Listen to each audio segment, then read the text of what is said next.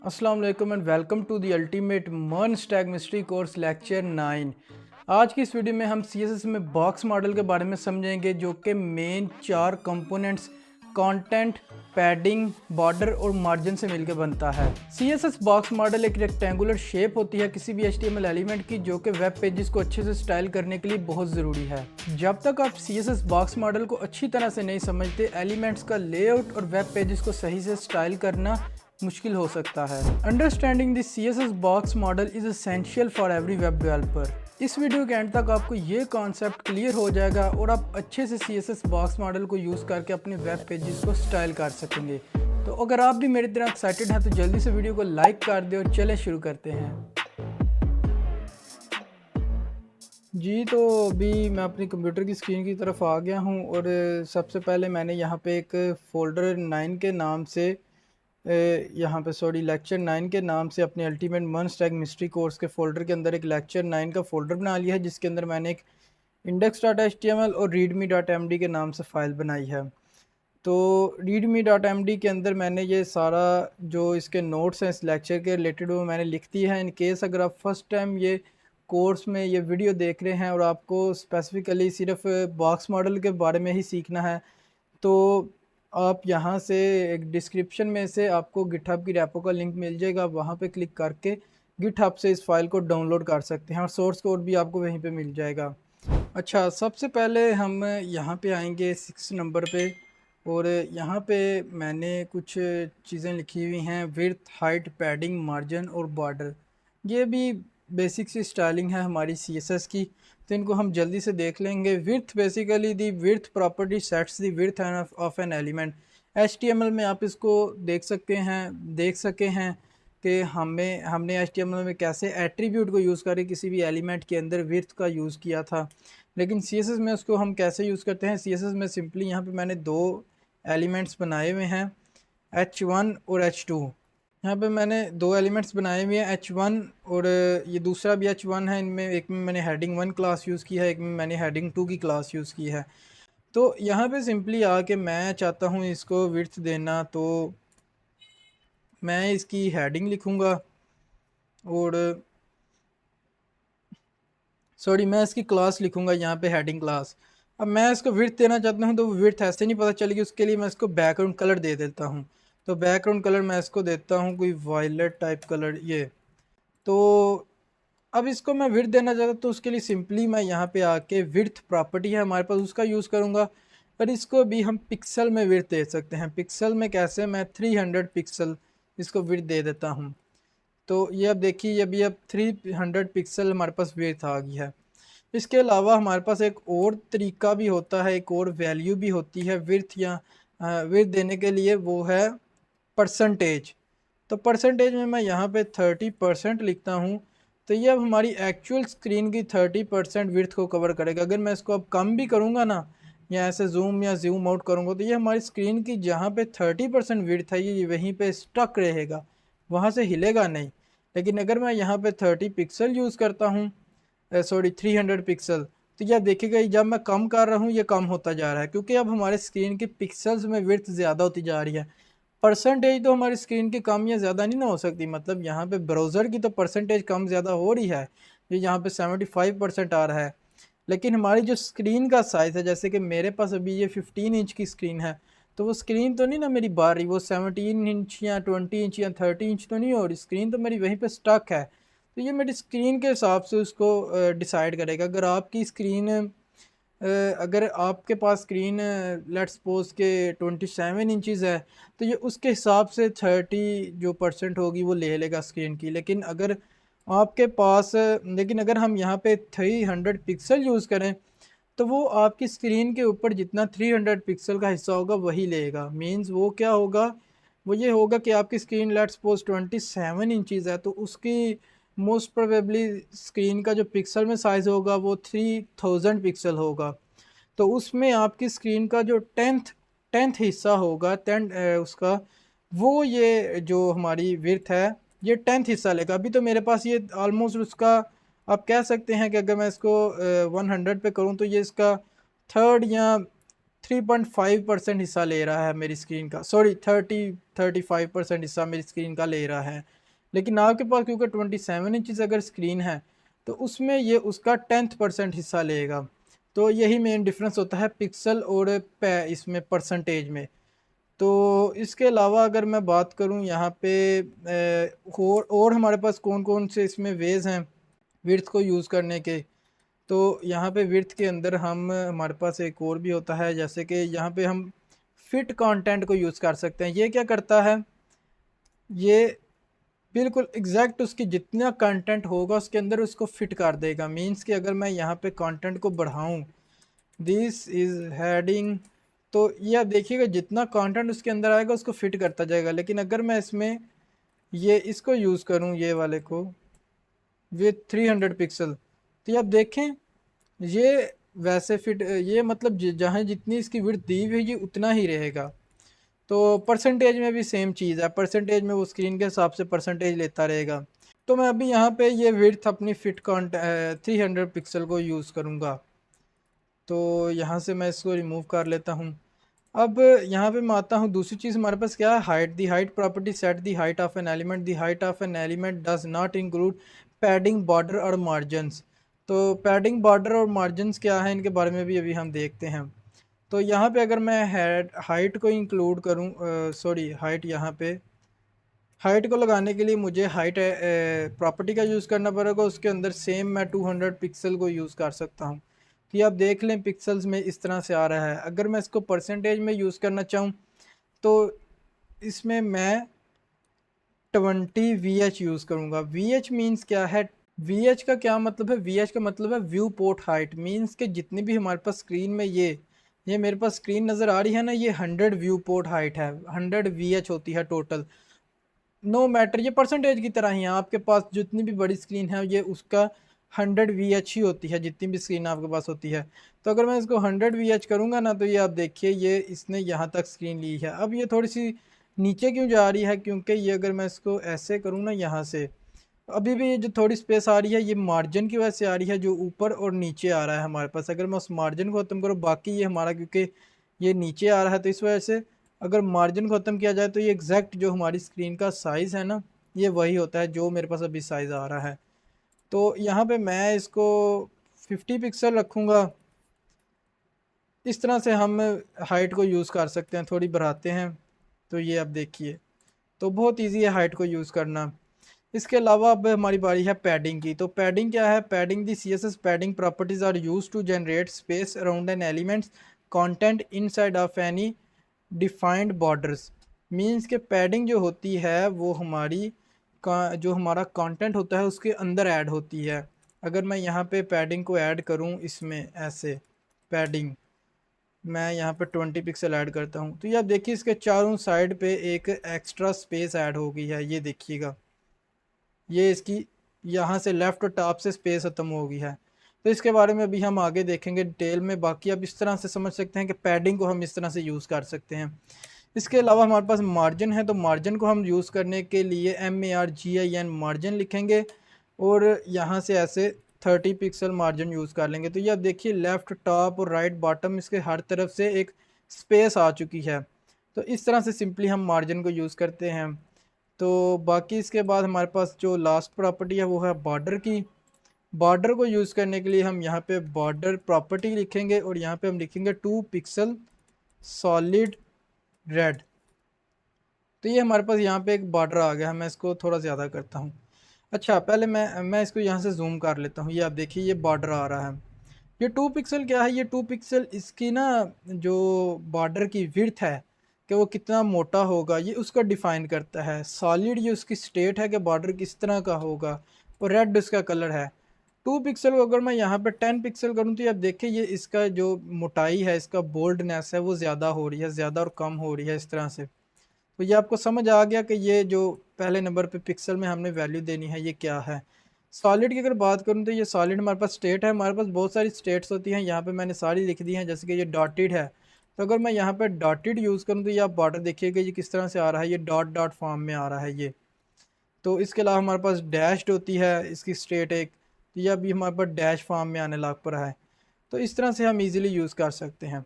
अब हम चलते हैं अपने दूसरे चीज़ की तरफ, जो कि हमारा यहाँ पे सबसे पहले मेन चीज़ है CSS बॉक्स मॉडल की तरफ। तो बॉक्स मॉडल की तरफ आते हैं और सबसे पहले समझते हैं understanding the box model. What is the CSS box model. तो the CSS box model is a fundamental concept in web design that describe the structure of each element on a web page as a rectangular box। यहाँ पे मैंने एक heading लिखी है simply अपने index.html की file में, और यहाँ पे ब्राउज़र में आके मैंने उसको रन किया तो मेरे पास इस तरह से आ रहा है।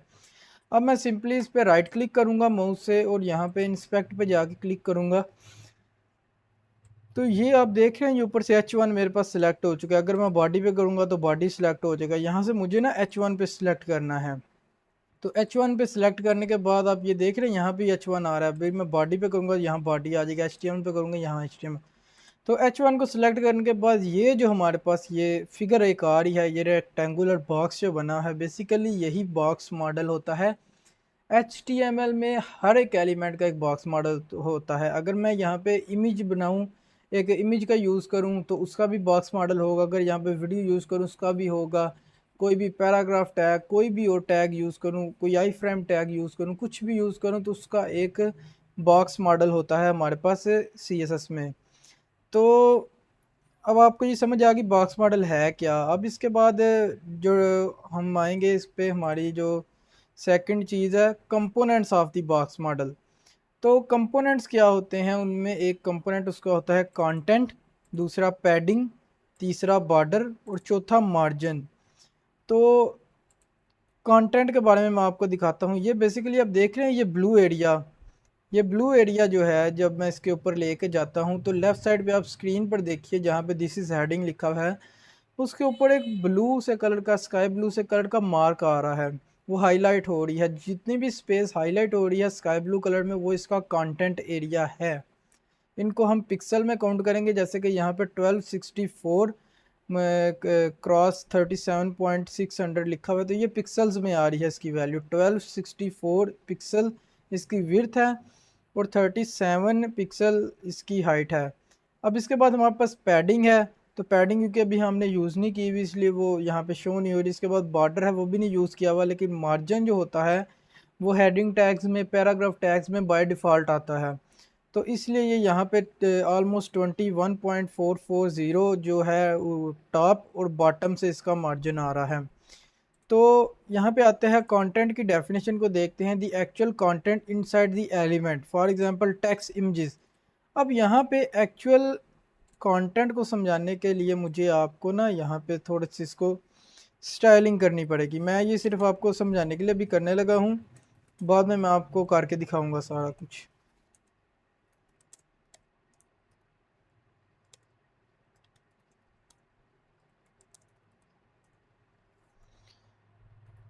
तो बैकग्राउंड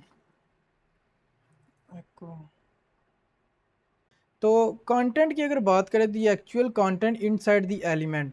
अब इस एलिमेंट का जो साइज़ हमारे पास आ रहा है, ये आप देख रहे हैं, ये ऊपर एक बॉर्डर लगा हुआ है, इसके चारों साइड पे इनके दरमियान में लिखा हुआ है दिस इज़ हेडिंग, लेकिन इसके दिस इज़ हेडिंग लिखा हुआ है, लेकिन इसके ऊपर भी स्पेस है थोड़ी सी, इसके लेफ़्ट पे भी स्पेस है, इसके बॉटम पे भी स्पेस है। और इसके बाद ये देखिए ये स्क्रीन के ऊपर से जुड़ा हुआ भी नहीं है। ये जो ऊपर जगह है ये हमारे पास खाली जगह है, यहाँ भी जगह है, यहाँ भी जगह है। और अगर मैं इसमें कोई एक और H2 को ऐड करूँ, दिस इज हेडिंग 2, तो अब देखिए ये भी काफ़ी नीचे आ रहा है। अगर मैं यहाँ पे आपको ना बैकग्राउंड कलर लगा के दिखाता हूँ, बैकग्राउंड कलर, तो ये देखिए इन दोनों के दरमियान भी स्पेस आ रही है। तो कंटेंट का मतलब क्या है, कंटेंट का मतलब होता है एक्चुअल कंटेंट जो इसके अंदर है। ये एक पूरा ये H1 जो है ये एलिमेंट है, और ये सारा स्टाइल क्योंकि H1 को ही लगा हुआ है, तो ये सारा एक एलिमेंट है हमारा H1। अब इस एलिमेंट में जो एक्चुअल कंटेंट है वो है दिस इज़ हेडिंग। तो दिस इज़ हेडिंग की जो विड्थ और हाइट है, ये यहाँ पे अगर मैं आया हूँ राइट साइड पे, तो इंस्पेक्ट के अंदर, तो यहाँ पे हमारे पास आ रही है इसकी विड्थ और हाइट 1239 पिक्सल इसकी विड्थ है और 37 पिक्सल इसकी हाइट है, जो कि आप देख रहे हैं अभी हाईलाइट हो रही है। मैं 1 मिनट इसका कलर कोई चेंज करता हूँ ताकि ये आपको डिफरेंस नज़र आए। तो ये आप देखिए, मैंने अगर इसके ऊपर जाके अपने माउस को रखा है तो ये हमारे पास इसकी एक्चुअल कंटेंट की हाइट और विड्थ आ रही है। जितना एरिया इसने अभी मार्क किया हुआ है ना, यही इसकी एक्चुअल, यही इसका कंटेंट है इस एलिमेंट का। अगर मैं H2 पे आऊँ तो H2 का कंटेंट को आप देख सकते हैं, ये कितना इसका कंटेंट है। ये जो बाकी इसके ऊपर जो स्पेसिस आ रही हैं उनके बारे में हम अभी बात करते हैं कि वो क्या हैं। तो कंटेंट की आपको समझ आ गई, कंटेंट क्या है। The size of the content box is defined by properties like width and height. तो इसको आप देखें ना, क्योंकि ये ब्लॉक लेवल एलिमेंट है, ये पूरी जगह लेते हैं, तो इनको विड्थ तो ऑटोमेटिकली मिल रही है जो कि पूरे पेज की है, जो कि 1264 है। इसकी भी बात करूं तो इसको 1239 विड्थ मिल रही है। तो वो क्यों मिली है, क्योंकि इसके इनसाइड भी आप देख रहे हैं एलिमेंट के अंदर भी थोड़ी सी स्पेस है ब्राउन कलर में, राइट साइड और लेफ्ट साइड पे H1 के अंदर। तो इस वजह से इसको विड्थ थोड़ी कम मिल रही है। तो इसके बाद हम आते हैं पैडिंग पे। The space between the content and border, it can be set using properties like padding top, padding right, padding dash bottom, padding dash left. तो example, padding 10 pixel adds 10 pixel of space on all sides of content and padding top, padding left will add the padding on the side which mentioned in property. इसका क्या मतलब है, इसका मतलब ये है कि अगर हम पैडिंग को यूज़ करेंगे, सिर्फ पैडिंग वर्ड को इस तरह से, padding colon 10 pixel semi colon, तो ये चारों साइड पे पैडिंग ऐड करेगा। तो अब इसका पैडिंग क्या होती है मैं आपको दिखाता हूँ। यहाँ पे आप देखिए H1 के अंदर ये तो इसका कंटेंट है। अब इसके बाहर भी चारों साइड पे थोड़ी सी हमारे पास स्पेस आ रही है, थोड़ी थोड़ी स्पेस। तो ये बेसिकली पैडिंग है। ये अगर मैं पैडिंग वाले बॉक्स पे यहाँ पे राइट साइड पे हवर कर रहा हूँ तो यहाँ पे ये मुझे बता रहा है 10 यहाँ पे शो हो रहा है, 10 यहाँ पे, 10 इधर और 10 इधर। इसका क्या मतलब है, ये 10 पिक्सल चारों साइड पे इसको पैडिंग मिली हुई है। तो ये इसकी पैडिंग के बारे में आपको समझ आ गई कि ये इसकी पैडिंग है। ये इसका कंटेंट है, ये ब्लू एरिया में ये इसकी पैडिंग है। तो पैडिंग जो होती है वो कंटेंट के अंदर ही कंसीडर होती है। तो अब इसके बाद हमारी जो बारी है वो है बॉर्डर की। तो the line that surrounds the padding and content, content को आपको समझ आ गया, ये कंटेंट है, ये पैडिंग है। अब इसके आगे ये देख रहे हैं, अभी ये मैंने पैडिंग पे जब हवर किया है तो लेफ्ट साइड पे जो हमारा एलिमेंट है उसमें एक ग्रीन ग्रीन सा आपको बॉर्डर टाइप नज़र आ रहा है। ये बेसिकली पैडिंग को हाईलाइट कर रहा है कि ये हिस्सा इसका पैडिंग है। तो इसके आगे हमारे पास जो यहाँ पे लिखा हुआ है surrounds the padding and content, जो कि पैडिंग और कंटेंट को सराउंड करता है। देखिए पैडिंग जो है उसने तो कंटेंट को ऑलरेडी सराउंड किया हुआ है, वो कंटेंट के ही इर्द गिर्द है। अब जो पैडिंग के इर्द गिर्द चीज़ है उसको हम बॉर्डर कहते हैं।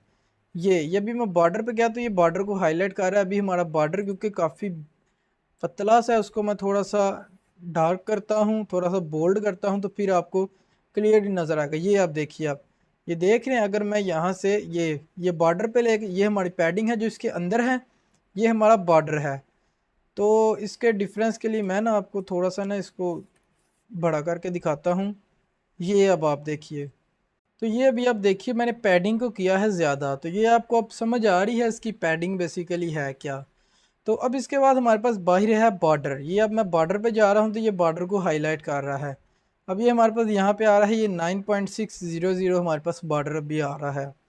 अब इसके बाद जो हमारी साइड पे स्पेस आ रही है, वाइट स्पेस, तो वो हमारा मार्जिन है। ये यहाँ पे हमारे पास इसकी डेफिनेशन भी हम उसको देखते हैं। Margin the space outside the border that separate the element from other elements, it can be set using, इसको बाद में देखेंगे, अभी हमारा इतने से काम है।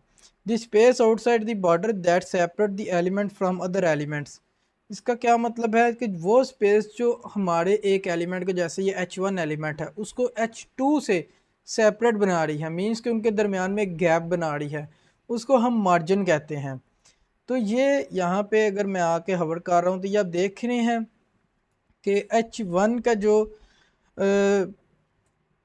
H1 एलिमेंट के ऊपर और नीचे हमारे पास स्पेस आ रही है कुछ, जो कि ऑरेंज ऑरेंज से ब्राउन ब्राउन से कलर में ना हाईलाइट हो रही है। तो ये बेसिकली हमारा मार्जिन है। अब इन चार चीज़ों से मिल के हमारा बॉर्डर ये जो बॉक्स मॉडल है ये बनता है सीएसएस में। ये बेसिकली ये हमारा बॉक्स मॉडल है। अच्छा, तो ये हमने जो कंपोनेंट्स ऑफ बॉक्स मॉडल हैं उनके बारे में देख लिया। तो अब हम देखेंगे applying the box model in CSS. तो सीएसएस में बॉक्स मॉडल को अप्लाई करने के लिए हमारे पास ये कोड है। ये मैं आपको दिखाता हूँ हम किस तरह से इसको अप्लाई कर सकते हैं। इसको मैं अभी बंद कर देता हूँ, इसको भी मैं यहाँ से ख़त्म कर देता हूँ, इसको भी ख़त्म करता हूँ। H1 पे हम आ चुके हैं। तो यहाँ पे अगर हमने अपने बॉक्स मॉडल की जितनी भी हमारे पास चीज़ें हैं उनको यूज़ करने के लिए हमें यहाँ पे लिखना पड़ेगा सबसे पहले। अगर तो हम इसकी विड्थ कम करना चाहते हैं क्योंकि ये हमारे पास है ब्लॉक लेवल एलिमेंट H1।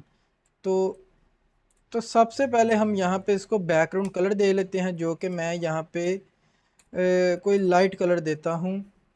मैं यहाँ पे दे लेता हूँ लाइट ग्रीन। तो ये आप देख रहे हैं ये इसकी सारी विड्थ, ये इसकी विड्थ है। तो अगर मैं चाहता हूँ कि इसकी विड्थ कम आए, मतलब ये सारी विड्थ ना ले, तो उसके लिए मैं इसकी विड्थ को भी एडजस्ट यहाँ से कर सकता हूँ। जैसे कि मैं चाहता हूँ ये 40 पिक्सल अपनी विड्थ ले, तो ये 40 पिक्सल बहुत छोटी है, तो मुझे एटलीस्ट इसको 200 देनी पड़ेगी, फिर ये कुछ नज़र आएगा। अभी भी ये कम है, तो मैं 250 कर देता हूँ, तो अब ये ठीक हो चुका है। तो ओके, तो अभी आप देख रहे हैं बिल्कुल इसकी विड्थ पूरी आ रही है। अब मैं चाहता हूँ इसकी विड्थ को मैं थोड़ा सा बड़ा करूँ और इसकी हाइट को भी थोड़ा सा बड़ा करूँ, 100 पिक्सल लेट्स सपोज मैं कर देता हूँ। अब ये जो हमारे पास एरिया आ रहा है ना, ये सारा एरिया ये इसका कंटेंट है, ये सारा इसके कंटेंट का हिस्सा है, क्योंकि विड्थ और हाइट जो लगती है वो कंटेंट में लगती है, वो कंटेंट में ऐड होती है। अगर मैं यहाँ पे पैडिंग का यूज़ करूँगा तो पैडिंग कैसे लगेगी वो मैं आपको दिखा देता हूँ। यहाँ पे 30 पिक्सल, और मैं ना यार आपको ना दो एलिमेंट बना के दिखाता हूँ। H1 यहाँ पे मैं लिखता हूँ, क्लास का यूज़ करता हूँ ताकि दोनों को सेपरेटली टारगेट करूँ, और यहाँ पे मैं लिखता हूँ हेडिंग 2। तो यहाँ पे मैं हेडिंग 1, यहाँ पे मैं करता हूँ हेडिंग 2। अच्छा, मैंने ना यहाँ पे दो आपके लिए बॉक्सेस बनाए हैं, और आप देखिए ये दोनों में ना प्रॉपर्टी सेम है। अगर मैं इसको बंद करूँ ना, अभी इनकी विड्थ और हाइट बिल्कुल सेम आ रही है। ये क्यों सेम आ रही है? क्योंकि इनको बैकग्राउंड कलर तो चले, बैकग्राउंड को छोड़ें, विड्थ और हाइट इनकी सेम अब मैंने दी हुई है। अब यहाँ पे अगर मैं पैडिंग को ऐड करता हूँ 30 पिक्सल, तो ये आप देख रहे हैं ये बॉक्स बड़ा हो चुका है। अब ये पैडिंग कैसे ऐड हो रही है? यहाँ पे जो मैंने विड्थ ऐड की ये ऐड होगी, उसके राइट साइड पे विड्थ ज़्यादा बनेगी, उसके नीचे हाइट उसकी ज़्यादा होगी। तो वो एलिमेंट जो हमारा जो टेक्स्ट होगा उसके अंदर या इमेज होगी, वो जिस पॉइंट पे स्टार्टिंग पे थी, जैसे कि अभी ये टॉप लेफ्ट पे थी स्टार्टिंग पे, तो ये यहीं पे रहेगी। लेकिन जब पैडिंग ऐड होती है तो वो चारों साइडों पे उस कंटेंट के बाहर ऐड होती है। तो इस एग्जांपल से आपको इजीली समझ आ रहा होगा कि ये पैडिंग कैसे ऐड हो रही है। मैं यहाँ पे आपको इसको एक साइड पे ला कर दिखाता हूँ। ये देखिए, ये मैंने इसकी पैडिंग को जब किया कम 10 पिक्सल, तो ये आप देख रहे हैं ये इसकी जो यहाँ पे ये ऊपर ये स्पेसिस आ रही हैं। एक्चुअली हेडिंग इसकी, इसका जो कंटेंट है वो यहाँ से स्टार्ट हो रहा है और तकरीबन यहाँ तक आ रहा है जहाँ तक इसका आ रहा है। लेकिन ये जो अजाफी ऊपर और इसके लेफ़्ट और बॉटम में और राइट साइड पे जो इसकी जगह आ रही है, जो कि खाली जगह भी हमारे पास आ रही है, वो इसका पैडिंग का एरिया है। तो इस तरह से अगर मैं इसको चाहूँ कि मैं सिर्फ चाहता हूँ कि पैडिंग को मैं सिर्फ टॉप पे दूँ, तो यहाँ पे मैं पैडिंग टॉप का यूज़ कर सकता हूँ। तो अभी आप देख रहे हैं लेफ़्ट साइड से बिल्कुल इसके बराबर आ गया है कंटेंट हमारा, लेकिन टॉप से हमारे पास स्पेस आ रही है। राइट से भी बिल्कुल बराबर है और इसकी हाइट भी बिल्कुल बराबर हो चुकी है। अगर मैं चाहूँ कि मैं सिर्फ लेफ़्ट साइड से दूँ, तो ये लेफ़्ट साइड से लग चुका है और हाइट जो इसकी है बिल्कुल बराबर हो चुकी है, टॉप से ये ख़त्म हो चुका है। और लेफ़्ट साइड से क्योंकि हमारा पैडिंग ऐड हुई है, तो हमारे कंटेंट का साइज़ तो उतना ही रहेगा जितना पहले था। तो इस वजह से हमारा ये जो राइट साइड से है ये बाहर जा रहा है। हमारे कंटेंट की विड्थ सेम है, मैं आपको इंस्पेक्ट में दिखाता हूँ। ये देखिए, ये हमारे कंटेंट की विड्थ है जो कि 250 विड्थ है, 250 पिक्सल। और ये हमारा हेडिंग 1, इसके भी कंटेंट की विड्थ 250 है, लेकिन इसमें लेफ़्ट में पैडिंग नहीं है। तो इसमें लेफ़्ट में पैडिंग होने की वजह से हमारा कंटेंट राइट में जा रहा है ज़्यादा, जिसकी वजह से हमें लग रहा है कि उसको राइट साइड पे भी शायद पैडिंग लगी हुई है, लेकिन पैडिंग जस्ट उसकी लेफ़्ट साइड पे है। तो इसके बाद मैं आपको यहाँ पे ना बॉर्डर के बारे में बताता हूँ। अब अगर बॉर्डर मैं यहाँ पे ऐड करूँ, इसको ना मैं चारों साइड पे करूँगा ताकि आपको डिफरेंस आसानी से समझ आए। बॉर्डर को यहाँ पे मैं ऐड करता हूँ 1 पिक्सल सॉलिड ब्लैक।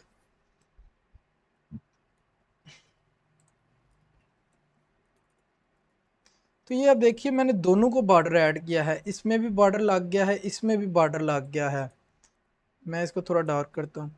तो दोनों में हमारा बॉर्डर लगा है, लेकिन आप देख रहे हैं इसका बॉर्डर जो है पैडिंग के बाहर लगा है, क्योंकि और इसका बॉर्डर जो है कंटेंट के बिल्कुल बाहर लगा है। अब हमने बॉक्स मॉडल को जब हम देख रहे थे तो हमने समझा था कि जो बॉर्डर है वो पैडिंग के बाद आता है, क्योंकि इसमें हमारे पास कोई पैडिंग नहीं है, पैडिंग ज़ीरो है, तो इसलिए हमारा जो बॉर्डर है वो बिल्कुल कंटेंट के साथ आ रहा है। लेकिन इसमें हमारे पास बॉर्डर पैडिंग है, तो इसलिए हमारी पहले कंटेंट आ रहा है, कंटेंट के बाद पैडिंग आ रही है, और पैडिंग के बाद बॉर्डर आ रहा है। अब अगर हम मार्जिन की बात करें तो हमारे पास यहाँ पे हम इसका मार्जिन भी दे सकते हैं। मैं इसको देता हूँ अगर 20 पिक्सल, यहाँ पे मार्जिन 20 पिक्सल, यहाँ भी मार्जिन 20 पिक्सल। तो ये आप देख रहे हैं अब इन दोनों के ना चारों साइड पे मार्जिन लग चुका है। अब इसके बाद हम देखेंगे बॉक्स साइजिंग के बारे में। बॉक्स साइजिंग क्या होती है हमारे पास। Understanding the box sizing property allows you to control the size of the element by including or excluding padding and border in the element's total width and height। इसका क्या मतलब है? इसका मतलब है बॉक्स साइजिंग प्रॉपर्टी आपको allow करती है कि आपकी जो पैडिंग है और जो बॉर्डर है उसको आप कंटेंट की विड्थ और हाइट में इंक्लूड भी कर सकते हैं और एक्सक्लूड भी कर सकते हैं। बाय डिफ़ॉल्ट जो हमारे पास ये अभी चल रहा है ये हमारे कंटेंट की विड्थ और पैडिंग में विड्थ और हाइट में इंक्लूड नहीं हो रही हमारी पैडिंग और बॉर्डर। मींस के ये अगर मैं यहाँ पे आऊँ तो मैंने यहाँ पे जो विड्थ अपनी यहाँ स्टाइल पे आकर मैं देखता हूँ, यहाँ स्टाइल एलिमेंट पे अगर आप यहाँ पे क्लिक करेंगे तो यहाँ से आप अपने स्टाइल्स को देख सकते हैं। यहाँ से आप किसी भी स्टाइल को बंद करके ऑन करके चेक कर सकते हैं इस तरह से। तो यहाँ से बहुत इजी हो जाता है हमारे लिए फाइंड करना। तो अगर मैं यहाँ पे आऊँ और यहाँ पे देखें हमने विड्थ इसको दी हुई है 250 पिक्सल, हाइट दी हुई है 100 पिक्सल। कंप्यूटेड पे आऊँ तो यहाँ पे हमारे कंटेंट की जो विड्थ है वो 250 मल्टीप्लाई बाय जो हाइट है हमारी वो 100 पिक्सल है। अब जो हमारा पैडिंग है वो हमारी इससे बाहर आ रही है क्योंकि, तो उसकी 10 पिक्सल एक्स्ट्रा है। तो अब इस एलिमेंट की जो टोटल हमारी विड्थ बन रही है वो कितनी हो रही है अगर हम पैडिंग को ऐड करें। 250 पिक्सल हमारी हाइट है ना, 250 पिक्सल हमारा विड्थ है, तो 10 विड्थ हमारी लेफ़्ट साइड से आएगी पैडिंग, और 10 पैडिंग जो है हमारी राइट से आएगी, तो ये विड्थ हमारी हो जाएगी 270। अब इसके बाद अगर हम हाइट की बात करें 10 और 10 जो टॉप बॉटम से आएगी तो वो हमारी हाइट हो जाएगी 120। तो अभी हमारी 270 बाई 120 हाइट हो चुकी है। अब इसके बाद हमारा बॉर्डर है जो कि ऑलमोस्ट 2.4 पिक्सल का है। इस बॉर्डर को भी आप हाइट और विड्थ के अंदर ऐड कर सकते हैं, तो वो हमारी टोटल विड्थ और हाइट होगी एक एलिमेंट की। विड्थ और हाइट जो इन एक्चुअल होगी जो बॉक्स मॉडल के मुताबिक होगी वो तो होगी ये वाली जो कि कंटेंट की विड्थ है, लेकिन हम बात कर रहे हैं एलिमेंट की विड्थ। एलिमेंट में बॉर्डर भी इंक्लूड है, एलिमेंट में पैडिंग भी इंक्लूड है, एलिमेंट में मार्जिन भी इंक्लूड है। लेकिन मार्जिन जो है वो बॉक्स साइजिंग की हम बात कर रहे हैं, उसमें मार्जिन की विड्थ वगैरह को इंक्लूड नहीं किया जाता। तो उसमें ये तीन चीज़ें ही इंक्लूड होती हैं, बॉर्डर, पैडिंग और ये कंटेंट। तो बाय डिफ़ॉल्ट अभी हमारी जो बॉक्स साइजिंग होती है किसी भी एलिमेंट की वो होती है कंटेंट बॉक्स। H1 में बॉक्स साइजिंग के लिए हम यहाँ पे लिखते हैं बॉक्स डैश साइजिंग। तो इसके अंदर ना हमारे पास दो मेन प्रॉपर्टीज़ हैं, जो कि बॉर्डर बॉक्स और कंटेंट बॉक्स होता है। कंटेंट बॉक्स हमारा बाय डिफ़ॉल्ट भी चल रहा होता है, अगर मैं इस पर क्लिक भी कर दूंगा तो कोई इसमें डिफरेंस नहीं आपको शो होगा। यहाँ पे अगर मैं स्टाइल पे आऊँ तो ये हमारी प्रॉपर्टी भी यहाँ पे लग चुकी है। ये सॉरी ये है। तो ये आप देख रहे हैं, अगर मैं इसको बंद भी करूँ तो कोई डिफरेंस नहीं आ रहा, लेकिन अगर मैं मार्जिन को बंद करूँ तो इसमें डिफरेंस आ रहा है। तो ये बॉक्स साइजिंग को बंद करने पर कोई डिफरेंस नहीं आ रहा, क्योंकि ये कंटेंट बॉक्स जो हमारी प्रॉपर्टी है बाय डिफ़ॉल्ट चल रही होती है। अब हमारे पास यहाँ पे दूसरी प्रॉपर्टी होती है जो कि है बॉर्डर बॉक्स। बॉर्डर बॉक्स का क्या काम होता है मैं आपको बताता हूँ। बॉर्डर बॉक्स जब मैंने किया, ये देखिए ज़रा, मैं यहाँ से बंद करता हूँ। ये देखें, इसकी विड्थ और हाइट में एक डिफरेंस आ रहा है। लेफ़्ट साइड पे आप हेडिंग जो हमारे बॉक्सेस बने हुए हैं उन पे ध्यान कीजिए। तो ये जब मैं इसको बंद और ऑन कर रहा हूँ, इनमें एक डिफरेंस आ रहा है पहले बॉक्स में, क्योंकि हमने अभी इसको पहले पे लगाया हुआ है। तो ये डिफरेंस बेसिकली क्या है, जब हम यहाँ पे बॉर्डर बॉक्स को यूज़ कर रहे हैं तो अब हम आते हैं कंप्यूटेड पे। तो ये अब देखिए, हमारी जो विड्थ है वो 245 पिक्सल आ रही है, लेकिन हमने यहाँ पे विड्थ क्या दी हुई है, 250 पिक्सल। तो अब ये क्या चक्कर है, ये चक्कर मैं आपको बताता हूँ ये क्या चक्कर है। ये बेसिकली हो कुछ इस तरह से रहा है कि जब हम बॉक्स साइजिंग को बॉर्डर बॉक्स करते हैं, तो जितनी भी हमने विड्थ एंड हाइट दी होती है, हमारा मतलब हो जाता है वहाँ पे कि इतनी विड्थ और हाइट हमारा एलिमेंट लेगा। इससे आगे जो भी पैडिंग लगेगी, जो भी हमारा बॉर्डर लगेगा, वो इसी के अंदर इंक्लूड होगा। अगर आपको समझ नहीं आई तो मैं आपको इस तरह से दिखाता हूँ। यहाँ पे इनको ना मैं एक जैसा करता हूँ। इनमें मैंने बॉर्डर और ये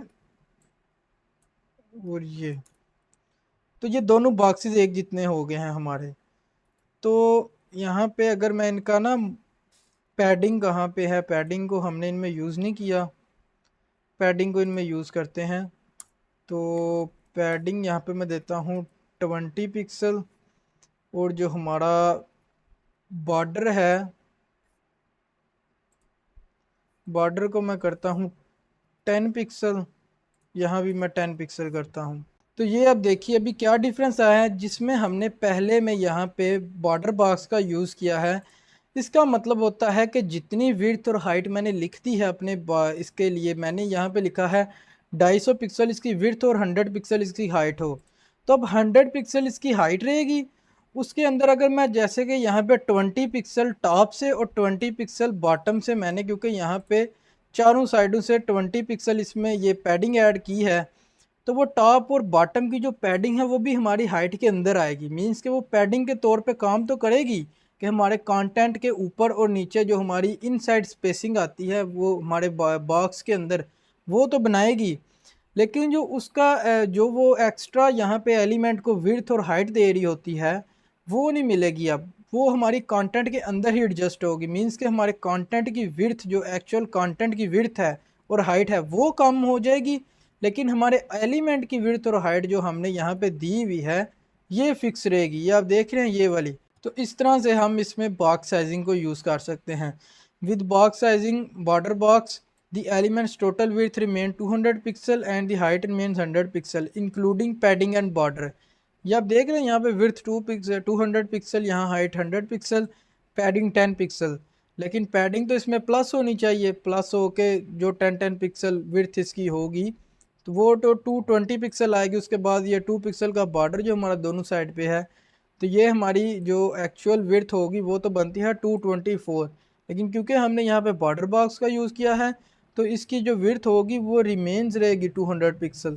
जितनी भी पैडिंग बॉर्डर इसमें ऐड होंगे वो इसी के अंदर एडजस्ट होंगे। 200 पिक्सल से हमारा एलिमेंट आगे नहीं जाने लगा, यही मेन इसका मकसद है। तो इसके बाद हम अगर बात करें practical usage of box model, तो इसके लिए मैंने यहाँ पे 3 पॉइंट्स लिखे हैं। पहला है consistent layouts help maintain consistent spacing and layouts across different platform different elements. मतलब कि हमारे पास क्या होता है, जब हम किसी भी प्रोजेक्ट को बना रहे होते हैं, हम चाहते हैं कि एलिमेंट को हम एक स्पेसिफिक विड्थ और हाइट दे दें, अब वो उससे बाहर ना जाए। मतलब अक्सर ऐसे होता है कि हम यहाँ पे अगर देते हैं, लेट्स सपोज कि मैं यहाँ पे बॉर्डर बॉक्स का यूज़ नहीं करता, मैं इसको बंद करता हूँ। अब मैं चाहता हूँ मैं इसके अंदर की विड्थ और हाइट को कम करूँ, लेकिन मेरा बॉक्स इधर का इधर ही रहे, ये यहाँ से ना हिले। तो फिर मुझे क्या करना पड़ेगा, मैं यहाँ से अगर पैडिंग को कम करता हूँ, ये देखिए मैं पैडिंग को कम कर रहा हूँ, वो मेरा बॉक्स भी कम हो गया। अब मुझे बॉक्स को अगेन यहाँ से ऐसे ऐसे और ऐसे करके एडजस्ट करना पड़ेगा। लेकिन अगर मैं ये काम आसानी से एक और तरीके से भी कर सकता हूँ, वो इस तरह कि अगर मैं इसकी पैडिंग को एडजस्ट करना भी चाहता हूँ, यहाँ से मैं इसकी पैडिंग को कम करूँगा, मेरा बॉक्स देख रहे हैं, बॉक्स अपनी जगह से नहीं हिल रहा, बॉक्स मेरा उसी जगह पर एडजस्ट हुआ हुआ है। ये आप देख रहे हैं, मैं पैडिंग को बढ़ा रहा हूँ, कम कर रहा हूँ, वो कंटेंट की जगह को कम और ज़्यादा कर रहा है, लेकिन मेरा बॉक्स अपनी जगह से मूव नहीं कर रहा। तो यही इसका मेन फ़ायदा होता है। जब हमने कोई प्रोजेक्ट बनाया होता है, हमने कोई कंपोनेंट बनाया है जिसमें कोई 4 से 5 सेक्शन बने हुए हैं, हम उनकी पैडिंग को चेंज करना चाहते हैं, हम उनके बॉर्डर को चेंज करना चाहते हैं। तो होता यह है कि जब आप यहाँ पे बॉर्डर को भी चेंज करते हैं ना, अगर मैं यहाँ पे बॉक्स साइजिंग बंद करूँ, तो यहाँ पे मैं बॉर्डर की भी वैल्यू को चेंज कर रहा हूँ, तो ये आप देख रहे हैं मेरा बॉक्स सारा हिल रहा है, जो कि बिल्कुल भी अच्छा नहीं लगेगा आपको, क्योंकि फिर आपको मैनुअली फिर सारा कुछ जाकर एडजस्ट करना पड़ेगा, और बहुत ज़्यादा वो जो है ना, आपको टाइम वेस्ट करेगा, आपकी मेहनत लगेगी बहुत ज़्यादा उस पर। तो उसके लिए सबसे ज़्यादा जो आसान तरीका है वो यही है कि हम बॉक्स साइजिंग को यूज़ करें और उसमें अपनी वैल्यू दे बॉर्डर बॉक्स। तो उससे हमारे एलिमेंट रिस्पॉन्सिव रहेंगे, हमें बिल्कुल भी उन चीज़ों को बार बार हैंडल करने की ज़रूरत नहीं होगी। हमने पैडिंग चेंज करनी है हम इजीली कर सकते हैं, हमें बॉर्डर चेंज करना है हम इजीली कर सकते हैं। इवन के यहाँ पे मैं अगर अपना बॉर्डर को ख़त्म भी कर दूँ, तो ये मेरा एलिमेंट अपनी जगह से हिल नहीं रहा, उसके अंदर का जो कंटेंट है उसको तो विड्थ ज़्यादा मिलेगी, लेकिन जो एलिमेंट है, एलिमेंट मीन्स कि हमारा पूरी जो हमारा वो एलिमेंट शो हो रहा है, जैसे ये ग्रीन सारा हिस्सा आ रहा है, ये एक एलिमेंट है मेरा, तो एलिमेंट अपनी जगह नहीं छोड़ रहा बिल्कुल भी। लेकिन अगर यही काम मैं अपने इसमें 2 वाले में करूँ, जिसमें मैंने बॉक्स साइजिंग का यूज़ नहीं किया हुआ, तो यहाँ आप देखें, ये एलिमेंट जो है ये अपनी जो विड्थ है उसको, विड्थ और हाइट को कम कर रहा है, क्योंकि यहाँ पे बॉक्स साइजिंग का यूज़ नहीं हुआ हुआ। दूसरे नंबर पे यहाँ वही पॉइंट है, responsive design essential for designing responsive web pages. इसी तरह से हमारे वेब पेजेस रिस्पॉन्सिव रहते हैं कि हमें बार बार उनको मैनुअली, और यकीन करिए आपको छोटी सी चीज़ लग रही होगी, लेकिन ये बहुत ज़्यादा इंपॉर्टेंट चीज़ है, और मुझे ये बहुत देर से पता चली थी। मैं बहुत देर सीएसएस के साथ इस तरह से पागल हुआ रहता था कि सीएसएस में अगर क्लाइंट ने बोला कि यहाँ से ये ऊपर के स्पेस कम कर दो, ऊपर की स्पेस मीन्स कि वो चाह रहा है मैं पैडिंग कम कर दूँ, तो मैं पैडिंग को कम करता था तो वो मेरा एलिमेंट ख़राब हो जाता था। तो बहुत ज़्यादा इसमें इश्यूज़ आते हैं बाद में। सीएसएस को, जो सीएसएस के इश्यूज़ हैं वो इतने कर कॉम्प्लिकेटेड हो जाते हैं, किसी टाइम को डिज़ाइन को हैंडल करना मुश्किल हो जाता है। तो इसीलिए हमें इस चीज़ को यूज़ करना चाहिए। ये बहुत ही ज़्यादा इंपॉर्टेंट चीज़ है, बहुत ही छोटी सी चीज़ है, सिर्फ एक लाइन का कोड। तो इसके लिए हमें बॉक्स मॉडल की भी समझ होना बहुत ज़रूरी है। तो अब इसके बाद debugging layout issues, understand the box model help in identifying and fixing layout problems. Means कि अगर मैं यहाँ पे मैंने यहाँ पे मार्जिन दिया है, मैं लेट्स सपोज यहाँ पे चाह रहा हूँ कि ये मेरी यहाँ से स्पेस आए, तो मैं उसको किस तरह से कर सकता हूँ, मैं यहाँ पे जाके सिंपली ऐसे हवर करूँगा, यहाँ पे या कंप्यूटर में देखूँगा, यहाँ पे मेरे पास जो मार्जिन है वो मैंने हेडिंग 1 में बंद किया है, लेकिन वो बाय डिफ़ॉल्ट हमारा मार्जिन चल रहा होता है इसमें। हेडिंग टैग में हमारे पास बाय डिफ़ॉल्ट मार्जिन आता है, तो ये टॉप और बॉटम से आ रहा है, लेकिन मैं चाहता हूँ यार लेफ़्ट से भी आए, तो यहाँ से जाकर मैं इजीली देख सकता हूँ कि मेरे पास मार्जिन में क्या क्या प्रॉपर्टीज़ आ रही हैं। तो यहाँ से मैं इसको लगा दूँगा यहाँ पे मार्जिन, और वो हमारे पास मार्जिन आ जाएगा। अभी तो ये आपको इतना मतलब समझ नहीं आएगा, लेकिन जब आप प्रोजेक्ट को कर रहे होंगे, किसी वेबसाइट को बना रहे होंगे, तो उसमें जब कहीं पे आपने अगर डबल स्टाइलिंग की है, डबल स्टाइलिंग मीन्स कि आपने ऊपर भी मतलब एक क्लास को आपने यहाँ पे सीएसएस में आपने एक, यहाँ पे मैंने लेट्स सपोज एक स्टाइल इसको लगाया है, नीचे जाकर मैं अगेन इसको एक स्टाइल लगा देता हूँ, गलती से मुझसे लग जाता है स्टाइल, क्योंकि जब आप न्यू होते हैं, बिगनर होते हैं, गलतियाँ तो होती हैं, इट्स कॉमन। तो यहाँ पे मैं इसको जी मेरे से 40 पिक्सल लग जाता है। अब मैं जाके अपनी इसको सर्च करता हूँ, लेट्स सपोज यहाँ से मैंने क्योंकि हेडिंग 1 को यूज़ करके स्टाइल लगाया, मैं इसको सर्च करता हूँ, मुझे मिलता है जी सबसे पहले ये। मैं यहाँ देखता रहता हूँ जी, मैंने तो 20 पिक्सल बॉर्डर लगाया है, यार ये कैसे इतनी स्पेस आ रही है, ये कैसे 40 पिक्सल आ रहा है, मुझे समझ नहीं आएगा। तो उसके लिए हम यहाँ पे आके देख सकते हैं कि ये हमारा जो 40 पिक्सल आ रहा है, ये यहाँ से आगे हमें पता चल जाएगा कि ये 40 पिक्सल बॉर्डर लगा हुआ है। अब आप यहाँ से देखेंगे, आप कहेंगे यार यहाँ तो 20 पिक्सल लगा हुआ है, इसका मतलब है कहीं और भी इसको बॉर्डर लगा, इसको मार्जिन लगा हुआ है। तो उसके लिए आप सिंपली मतलब इस तरह से यूज़ करके इसको सर्च कर सकते हैं और उस इशू को ख़त्म कर सकते हैं। बेसिकली इसको डीबगिंग कहते हैं, मतलब किसी भी इशू को रिजॉल्व करना, इशू को फाइंड करना डीबगिंग होता है। तो इस तरह से आप डीबगिंग कर सकते हैं बॉक्स मॉडल का यूज़ करके। तो ये बहुत ही इंपॉर्टेंट कॉन्सेप्ट है, बिल्कुल भी इसको अंडर में एस्टिमेट मत कीजिएगा। आप ये मत समझिएगा कि ये बहुत ही मतलब फालतू सी चीज़ है और इसका क्या यूज़ है। मैंने पर्सनली इसको अंडर एस्टिमेट किया था स्टार्टिंग में, जिसकी वजह से मुझे बहुत ज़्यादा इश्यूज़ का सामना करना पड़ा था फ्यूचर में। वो इस तरह के मैंने बहुत सारे प्रोजेक्ट्स बना बना के उनमें इश्यूज क्रिएट मेरे इतने होते थे, और वहाँ से फिर मैंने आस्ता आस्ता इस चीज़ को सीखना शुरू किया और मैं इसको समझा। तो उम्मीद है आपको C S S box model की अच्छी तरह से समझ आ चुकी होगी, और मैंने आपको इस वीडियो में डिटेल में C S S box model के बारे में समझा दिया है। बाकी आप इसकी अच्छी तरह से प्रैक्टिस करें तो आपको समझ इसकी अच्छी तरह से आ जाएगी। तो अगर आपको वीडियो अच्छी लगी है तो वीडियो को लाइक कर दें और चैनल को सब्सक्राइब करें और कमेंट भी ज़रूर किया करें। मिलते हैं नेक्स्ट लेक्चर में, तब तक के लिए अल्लाह हाफिज़।